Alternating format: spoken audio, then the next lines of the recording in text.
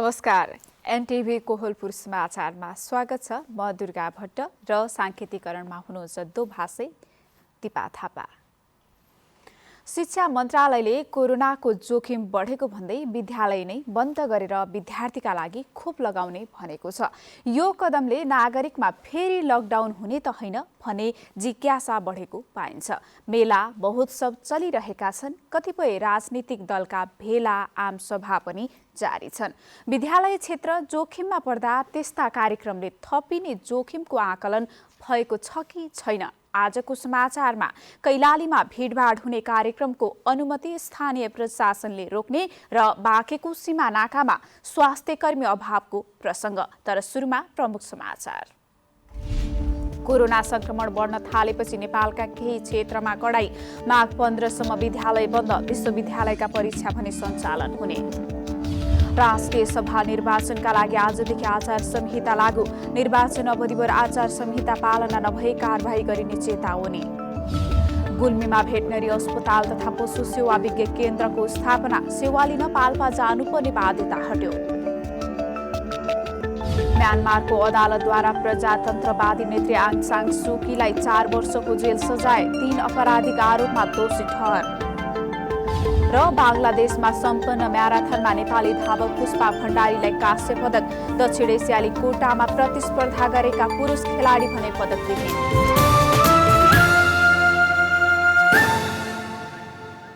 समाचार अब विस्तारमा। शिक्षा विज्ञान तथा प्रविधि मन्त्रालयले आउँदो माघ 15 गतेसम्म विद्यालय बन्द गर्ने कोभिड-19 संकट व्यवस्थापन समन्वय केन्द्र सीसीएमसी को निर्णय कार्यान्वयन गर्ने भएको छ। मन्त्रालयमा आज बसेको बैठकले सीसीएमसीले गरेको सिफारिस कार्यान्वयनमा पठाउने निर्णय गरेको र विदाको मोडालिटी बारेमा पनि थप सूचना निकाल्ने शिक्षा मन्त्रालयका प्रवक्ता दीपक शर्माले जानकारी दिनुभएको थियो। उहाँका अनुसार हिउँदे विदालाई मिलान गर्ने गरी विद्यालय बन्द हुनेछन्। विद्यालय विदाका लागि पनि सिकाइ सहजीकरण निर्देशिका 2077 अनुसार अनलाइन माध्यमबाट पठन पाठनलाई निरन्तरता दिन सक्ने मन्त्रालयले जनाएको छ। भौतिक रूपमा विद्यालय बन्द भए पनि अनलाइन पठन पाठनमा अवरोध नहुने प्रवक्ता शर्माको भनाइ छ।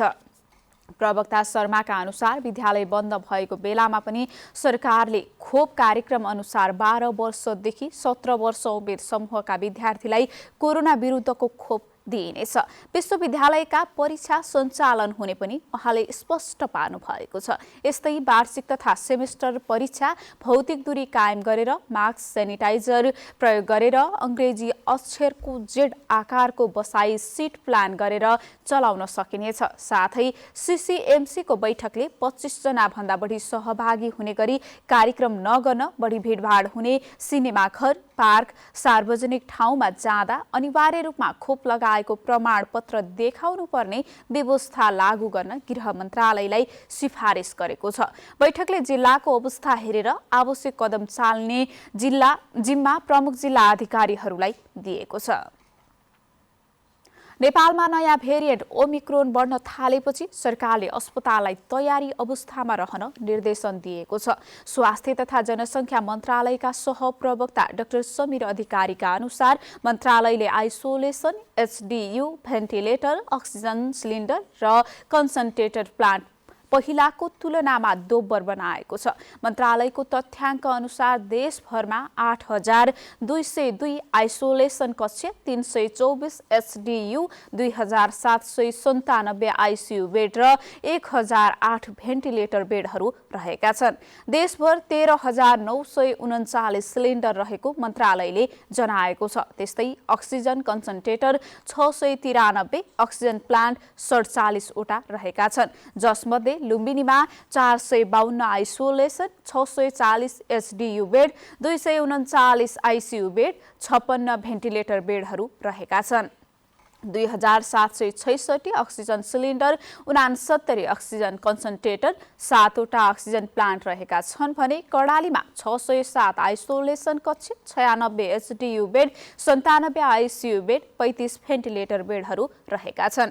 2405 अक्सिजन सिलिन्डर, 80 अक्सिजन कन्सन्ट्रेटर, 3 वटा अक्सिजन प्लान्ट रहेका छन्। सुदूरपश्चिममा 710 isolation, 213 HDU bed, 72 ICU bed, 31 ventilator बेडहरू रहेका छन्। 1391 अक्सिजन सिलिन्डर, 179 अक्सिजन कन्सन्ट्रेटर, 4वटा अक्सिजन प्लान्ट रहेको मन्त्रालयले जनाएको छ। मन्त्रालयले ओमिक्रोनबाट बच्न खोप लगाउने, पूर्ण रूपमा जनस्वास्थ्यका मापदण्ड पालना गर्न आग्रह गर्दै सही तरिकाले हात धुन, मास्कको प्रयोग गर्न तथा 2 मिटरको दूरी कायम गर्न सर्वसाधारणहरूलाई आग्रह समेत गरेको छ।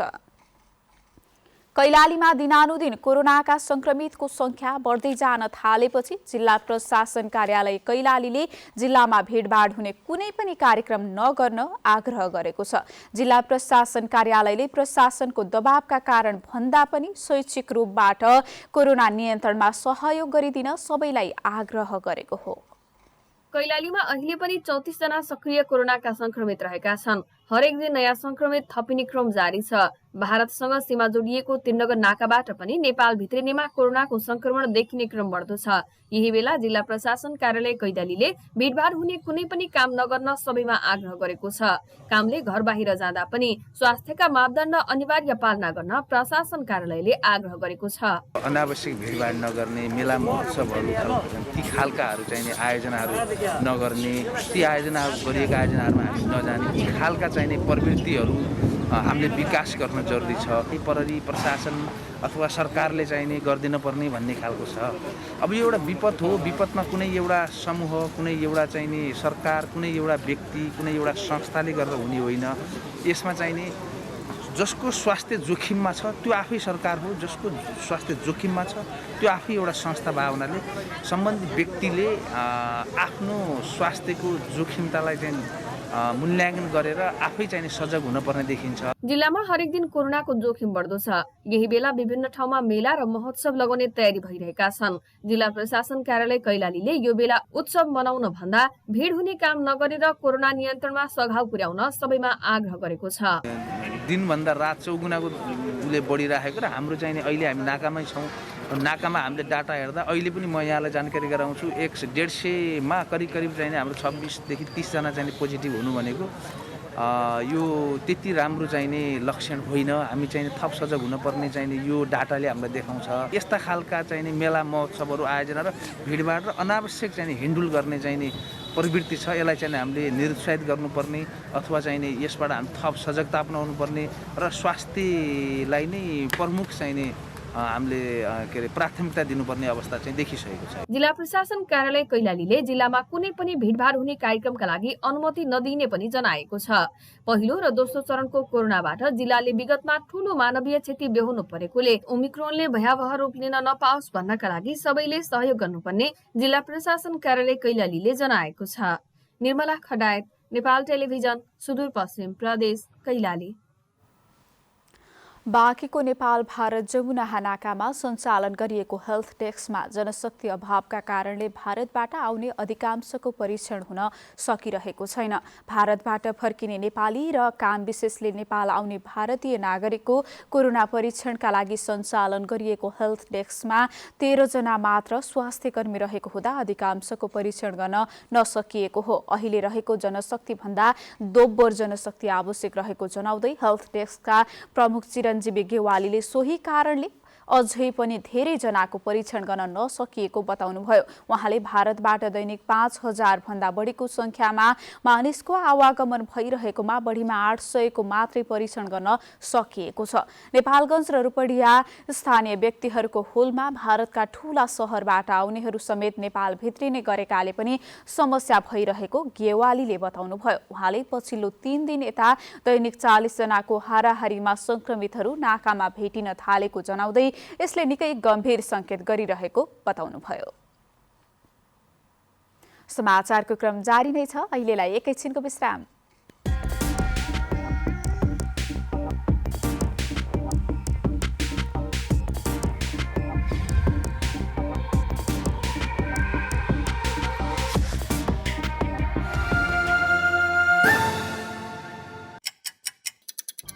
हर घडी हर प्रहर, प्रत्येक गाउँ, प्रत्येक सहर,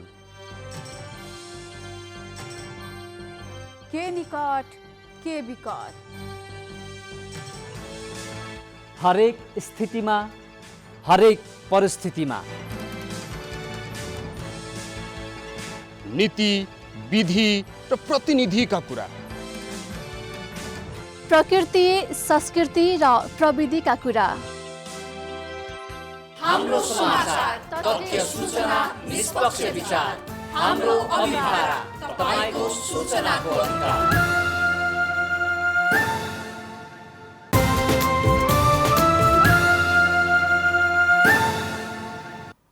विश्रामपछि समाचारमा पुनः स्वागत छ। अब बाँकी समाचार। नेपालमा कोरोना संक्रमण उकालो लाग्ने क्रममा छ। हरेक दिन जसो संक्रमितको संख्या बढिरहेको छ। आज पनि 1446 जनामा कोरोना भाइरसको संक्रमण पोजिटिभ भएको छ। पीसीआर र एन्टिजेन गरी 11429 जनाको नमुना परीक्षण गर्दा 12.65% अर्थात् 1446 जनामा संक्रमण पुष्टि भएको स्वास्थ्य मन्त्रालयले जनाएको छ। यस्तै पछिल्लो 24 घण्टामा 255 जना संक्रमण मुक्त भएका छन्। यही अवधिमा थप 2 जनाको कोरोना भाइरसको संक्रमणका कारण मृत्यु भएको छ। अब नेपालमा कोरोनाका सक्रिय संक्रमितको संख्या 7855 पुगेको मन्त्रालयले जनाएको छ। यसैबीच पछिल्लो 24 घण्टामा 2,10,594 जनाले कोरोना विरुद्धको खोप लगाएका छन्। दिन प्रतिदिन नेपालमा पनि कोरोनाको संक्रमण दर बढेको छ। त्यसको नियन्त्रणका लागि सरकारले विद्यालय बन्ददेखि भिडभाड नगर्न प्रतिबन्धात्मक व्यवस्था लागू गरेको छ। सरकार र नागरिकको भूमिका अब कस्तो हुनुपर्छ भनेर हामीले कपिलवस्तुका केही नागरिकलाई सोधेका छौं। हेरौं आजको आवाजमा।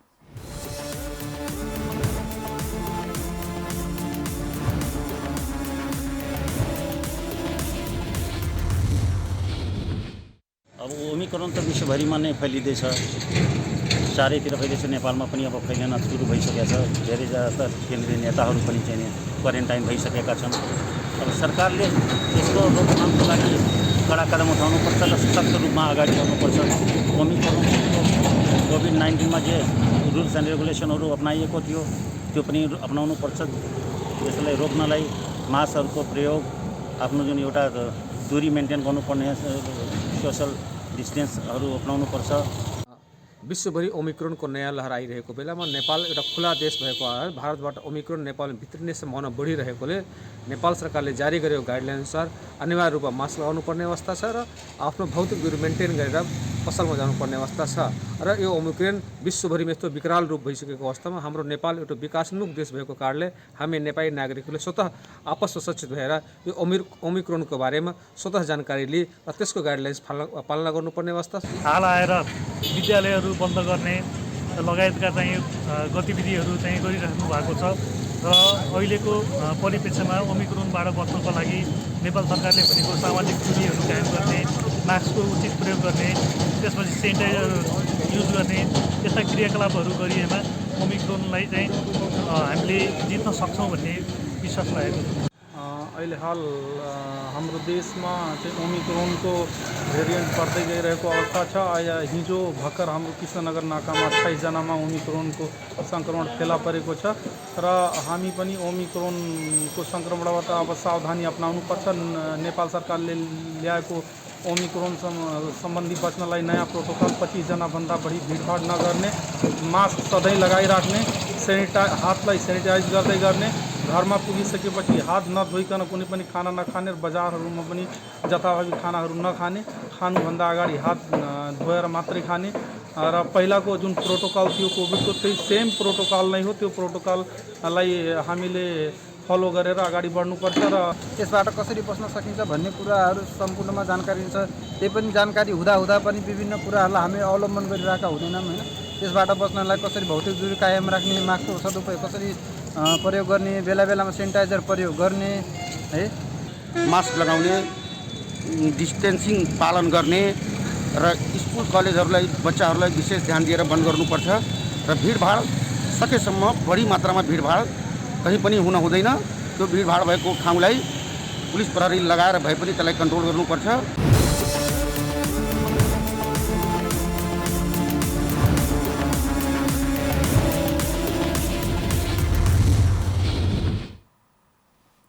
राष्ट्रिय सभा निर्वाचनका लागि आजदेखि आचार संहिता लागू भएको छ। यही माघ 12 गते राष्ट्रिय सभा सदस्यका लागि निर्वाचन हुँदैछ। रिक्त 19 पदका लागि निर्वाचन हुन लागेको हो। 12 दलले निर्वाचनमा भाग लिए पनि मुख्य गरी सत्ता गठबन्धनका 5 दल र प्रमुख प्रतिपक्षी नेकपा एमालेका उम्मेद्वारबीच प्रतिस्पर्धा हुने देखिएको छ। निर्वाचनका लागि 43 जना उम्मेद्वार मैदानमा छन्। साथै निर्वाचन आयोगले निर्वाचन अवधिभर आचार संहिता पालना नभए कारबाही गरिने चेतावनी दिएको छ। आयोगले आचार संहिता पूर्ण रूपमा पालना गरिनुपर्ने पनि बताएको छ। केन्द्र, प्रदेश र स्थानीय तहका सरकार तथा मन्त्रीहरूलाई पनि आचार संहिता लाग्नेछ। साथै सरकारी तथा सार्वजनिक संस्थाका कर्मचारीमा पनि आचार संहिता लागू हुनेछ। राजनीतिक दललाई पनि आचार संहिता लाग्ने जनाइएको छ। गुल्मीमा भेटनरी अस्पताल तथा पशु सेवा विज्ञ केन्द्रको कार्यालयको स्थापना भएको छ। जिल्लामा कार्यालय नहुँदा विभिन्न सेवा लिन पाल्पा जानुपर्नेको बाध्यता थियो। अब भने जिल्लामै सेवा स्थापना भएपछि कृषक र पशुपालक लाभान्वित हुने देखिएको छ। खाद्य प्रवृत्ति तथा भूमि व्यवस्था मन्त्री सुमन शर्मा रायमाझीले गुल्मीमा भेटेनरी अस्पताल तथा पशु सेवा विज्ञ केन्द्रको कार्यालय उद्घाटन गर्नु भएको छ। कृषि, खाद्य प्रविधि तथा भूमि व्यवस्था मन्त्रालय, लुम्बिनी प्रदेश अन्तर्गत रहेको पशुपन्छी तथा मत्स्य विकास निर्देशनालय मार्फत भेटेनरी अस्पताल तथा पशु सेवा विज्ञ केन्द्रको कार्यालय स्थापना भएको हो। कार्यालयको उद्घाटन गर्दै मन्त्री रायमाझीले कृषक र पशुपालकको चाहना अनुरूप आफूहरूले कार्यक्रम अगाडि बढाउने बताउनुभयो। सरकारले काम गरेन भनेर टिप्पणी गर्नुको सट्टा सरकारले यस्ता काम गर्नुपर्छ भनेर सुझाव दिन आग्रह गर्नुभयो। तपाईहरूले हामीलाई यो गरेन भन्दा पनि हामी यस्तो गरौँ न, हाम्रो आवश्यकता यस्तो हो, तपाईहरू यस्तो गर्नु, हामीहरूले तपाईहरूलाई साथ दिन्छौँ भन्ने खालको कुरा आउँदाखेरि अलिकति राम्रो सुनिन्थ्यो होला। कृषि र पशु सम्बन्धी विज्ञ कर्मचारी भए मात्र कार्यालय स्थापनाले सार्थकता पाउने सहभागीको जोड छ। यो साइन बोर्ड मात्र राखेर हुने छैन। यहाँ पूर्वाधार अनुसार सबै सम्पूर्ण औजार, मेसिन जम्मै सम्पूर्ण कुरा पुरा भएपछि बल्ल पुरा हो भन्छौँ हामीले। हाम्रा सबै स्थानीय तहमा भएका प्राविधिकहरूको क्षमता विकास गरेर नागरिकहरूको घर दैलोसम्म पुगेर विशेषज्ञ सेवा दिन चाहिँ सक्षम बनाउनु होला। गुल्मी जिल्लामा यस कार्यालय स्थापना भएपछि अब पशु सम्बन्धी कामको लागि पाल्पा जानुपर्ने बाध्यताको अन्त्य भएकोमा कृषक र पशुपालक उत्साहित भएका छन्। कुनै काम पर्यो भने हामी र योजनाहरू पर्दाखेरि हामी पाल्पामा जानुपर्ने थियो र त्यसमा चाहिँ केही कृषकहरूले अलिकति दुःख पाएका थियौँ र आज यस गुल्मी जिल्लामा आउँदाखेरि अत्यन्त हामी कृषकहरू उत्साह भएका छौँ, खुसी भएका छौँ। अब चाहिँ हाम्रा केही कामहरू यही जिल्लाबाट चाहिँ हुने भयो। यस वर्ष यस कार्यालयबाट करिब 7 करोड रुपियाँ बराबरको बजेटमा प्रशासनिक, कृषि र पशु सम्बन्धी कार्यक्रम हुनेछन्। लुम्बिनी प्रदेशका 3 जिल्ला बाहेक अन्यत्र जिल्लामा अहिले विज्ञ केन्द्रको कार्यालय स्थापना भइसकेको छ। अनिल खत्री, नेपाल टेलिभिजन, लुम्बिनी प्रदेश, गुल्मी। समाचारको क्रम जारी नै छ। एकैछिनको विश्राम।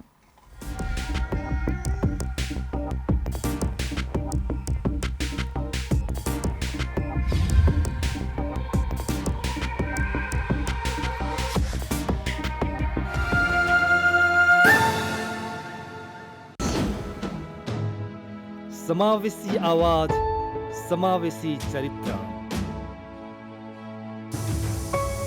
बेग्लै अस्तित्व, पहिचान सर्वत्र।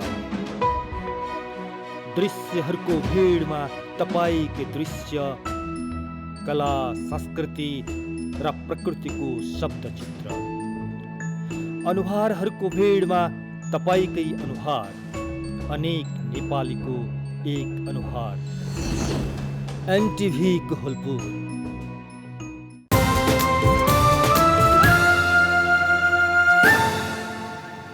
तपाईँ एनटिभी कोहलपुर हेर्दै हुनुहुन्छ। अब बाँकी समाचार। चिसो बढेपछि दाङमा विद्यालय पुग्ने बालबालिकाको संख्या घट्न थालेको छ, जसले पढाइ प्रभावित हुने भएपछि विद्यार्थीलाई न्यानो कपडा वितरण गर्न थालिएको छ।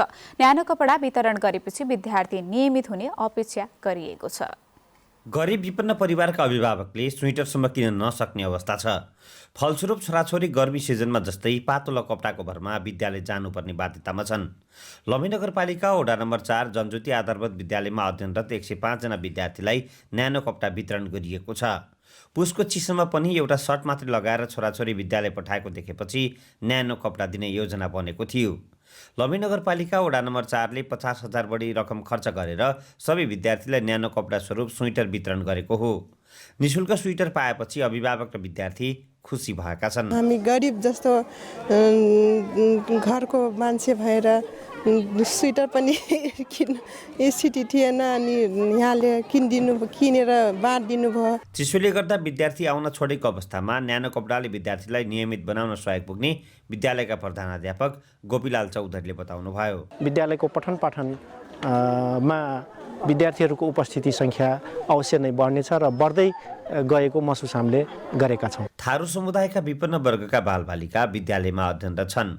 गरिबीका कारण आफ्ना छोराछोरीको शिक्षामा लगानी लगाउन नसक्नेहरूका लागि स्थानीय सरकारले लगानी लगाउने गरेको छ। गरिब विपन्न अभिभावक बालबालिका र विद्यालयलाई सजिलो बनाउन न्यानो कपडा वितरण गरिएको वडा अध्यक्ष सुभाष न्युपानेले बताउनुभयो। रोजगारी गरेर खाने सबैका अभिभावकहरू विद्यार्थी अभिभावकहरू भएको हुनाले सबैलाई पुगाउन नसकिने अवस्था त्यो हामीले मध्यनजर गरेर हाम्रो वडा कार्यालयबाट यो स्कुललाई यो न्यानो कपडा वितरण गर्ने कार्यक्रम गरेको हो। स्थानीय सरकारले गरिब विपन्न परिवारका विद्यार्थीलाई अल्पकालीन, मध्यकालीन र दीर्घकालीन योजना बनाएर सहयोग गर्ने कार्यक्रम बनाउन जरुरी छ।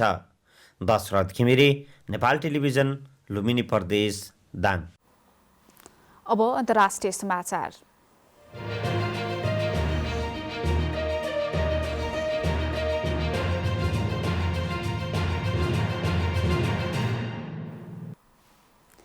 म्यानमारको अदालतले आज आङ सान सुकीलाई 3 अपराधिक आरोपमा दोषी ठहर गर्दै 4 वर्षको जेल सजाय सुनाएको छ। नोबेल पुरस्कार विजेता नेत्री सुकीलाई फेब्रुअरी 1 देखि हिरासतमा राखिएको छ। हाल म्यानमारको सैनिक शासन यता 1400 भन्दा बढी नागरिकहरू मारिएका छन्, थुप्रै पक्राउ परेका छन् र श्रृङ्खलाबद्ध विद्रोहहरू भइरहेका छन्। 76 वर्षीय वृद्धालाई अवैध रूपमा वाकिटकीहरू आयात गर्ने र स्वामित्व राख्ने र कोरोना भाइरस नियमहरू उल्लङ्घन गरेको आरोपमा दोषी ठहराइएको छ। जुनटाका प्रवक्ता मेजर जनरल जाब मिन टुनले उक्त फैसला र सजायको पुष्टि गरेका छन्। अब आर्थिक समाचार।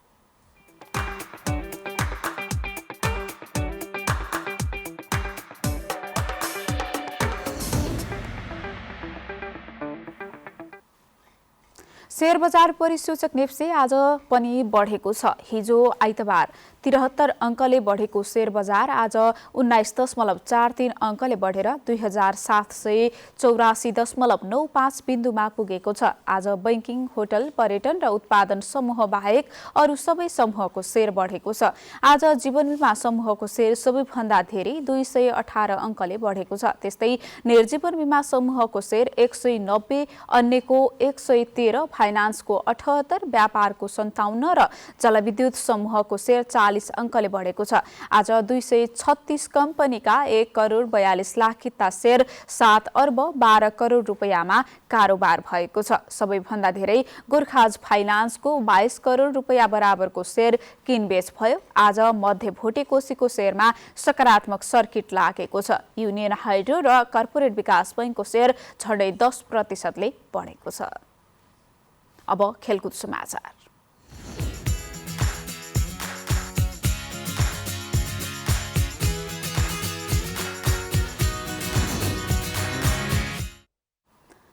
बांग्लादेशमा भएको बंगबन्धु शेख मुजिब ढाका म्याराथनमा नेपाली धावक पुष्पा भण्डारीले काँस्य पदक जित्नु भएको छ।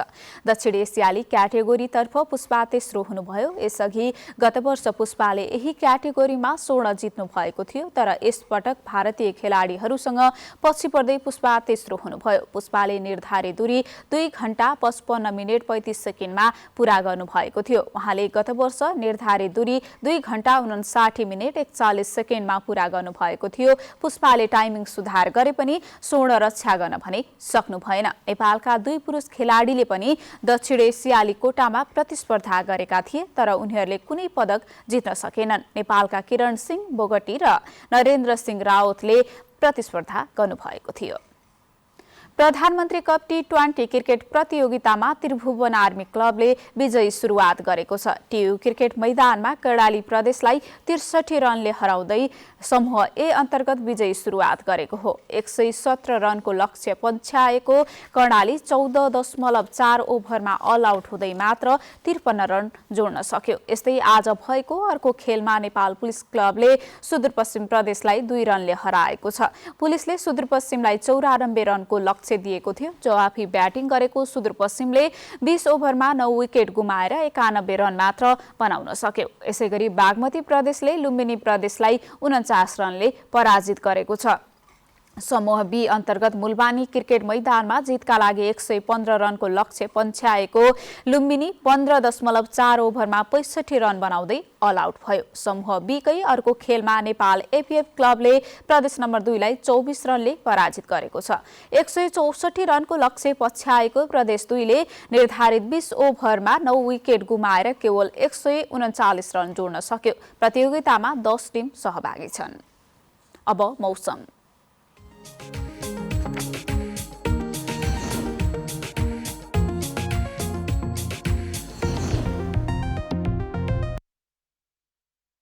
पश्चिमी न्यूनचापीय प्रणालीको प्रभावका कारण सुदूरपश्चिम कर्णाली लुम्बिनी प्रदेशमा सामान्य बदली रही बाँकी प्रदेशहरूमा आंशिकदेखि सामान्य बदली भयो। आज राति पनि सुदूरपश्चिम कर्णाली र प्रदेश नम्बर 1 मा आंशिकदेखि सामान्य बदली रही अन्य प्रदेशहरूमा आंशिक बदली रहनेछ।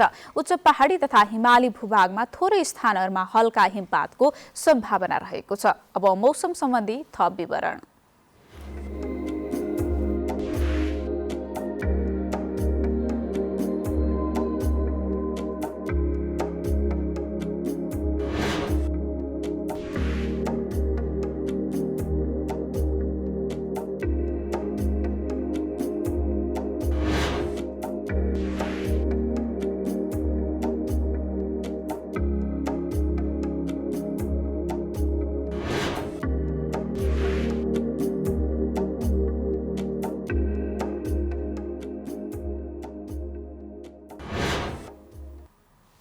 समाचारको अन्त्यमा प्रमुख समाचार पुनः एकपटक।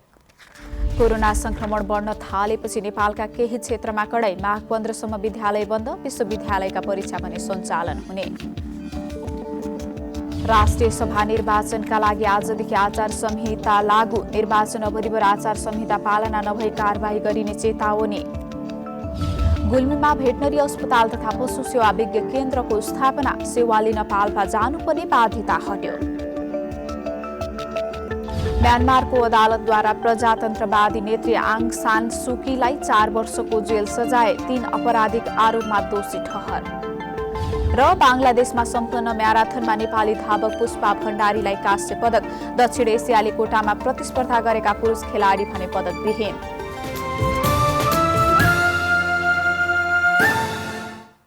हवस् त अहिलेलाई समाचारको सिलसिला यति नै। बिदा दिनुहोस्।